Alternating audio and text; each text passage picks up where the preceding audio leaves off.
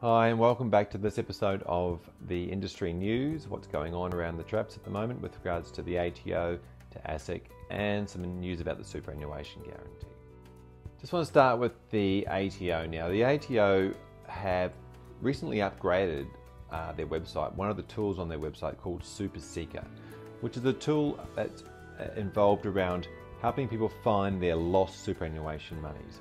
It's a great little tool, and if you want to go onto the website and have a look at the ATO website, you're just going to need your full name, your date of birth and your tax file number to be able to register on there, and then you can start tracking down any lost superannuation monies you may have.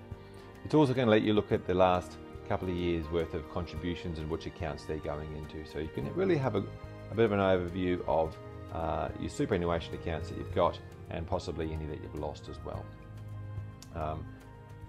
The tool is going to allow you to manage those accounts and maybe even look at consolidating them, which is great.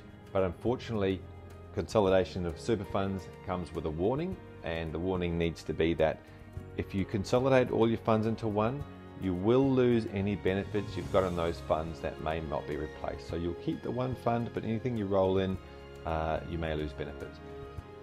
Benefits such as insurance benefits. If you can't get insurance again, you may have 2 or 3 funds just so that you can have the insurance in each one, whereas if you consolidate them, you'll lose that. So just keep in mind what you're losing, and if you want insurance cover, then apply for more cover before you consolidate those ones in.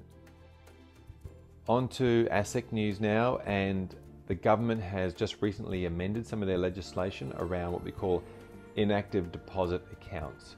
Now, previously, if bank accounts and savings and deposit accounts had reached 7 years without any transaction at all, they were classed they were deemed as unclaimed money and transferred to ASIC automatically. Now, that 7-year period, the legislation has been reduced now to just 3 years.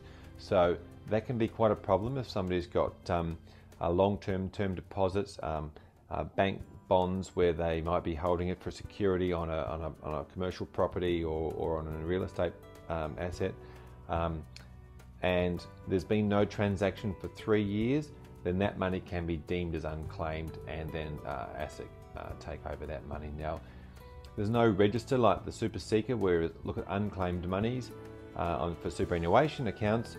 You actually have to apply to ASIC to have your account reactivated or deemed as reactivated or reauthorized. So that can be quite a problem. So just keep an eye on that. As little as $1 deposit into such an account can actually mean that it stays active. So that could cause some problems if that's you or you know somebody like that.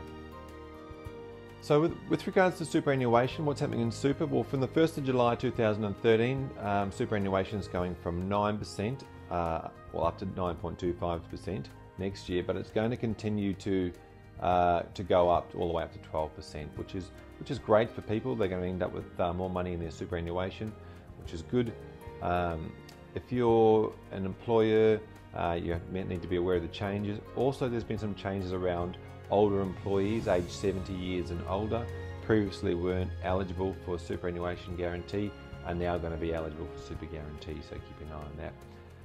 The contribution cap is still $25,000 for everybody, so just bear in mind that if you are putting more money into super or you're receiving more money into your super, that you are not going over that $25,000 cap.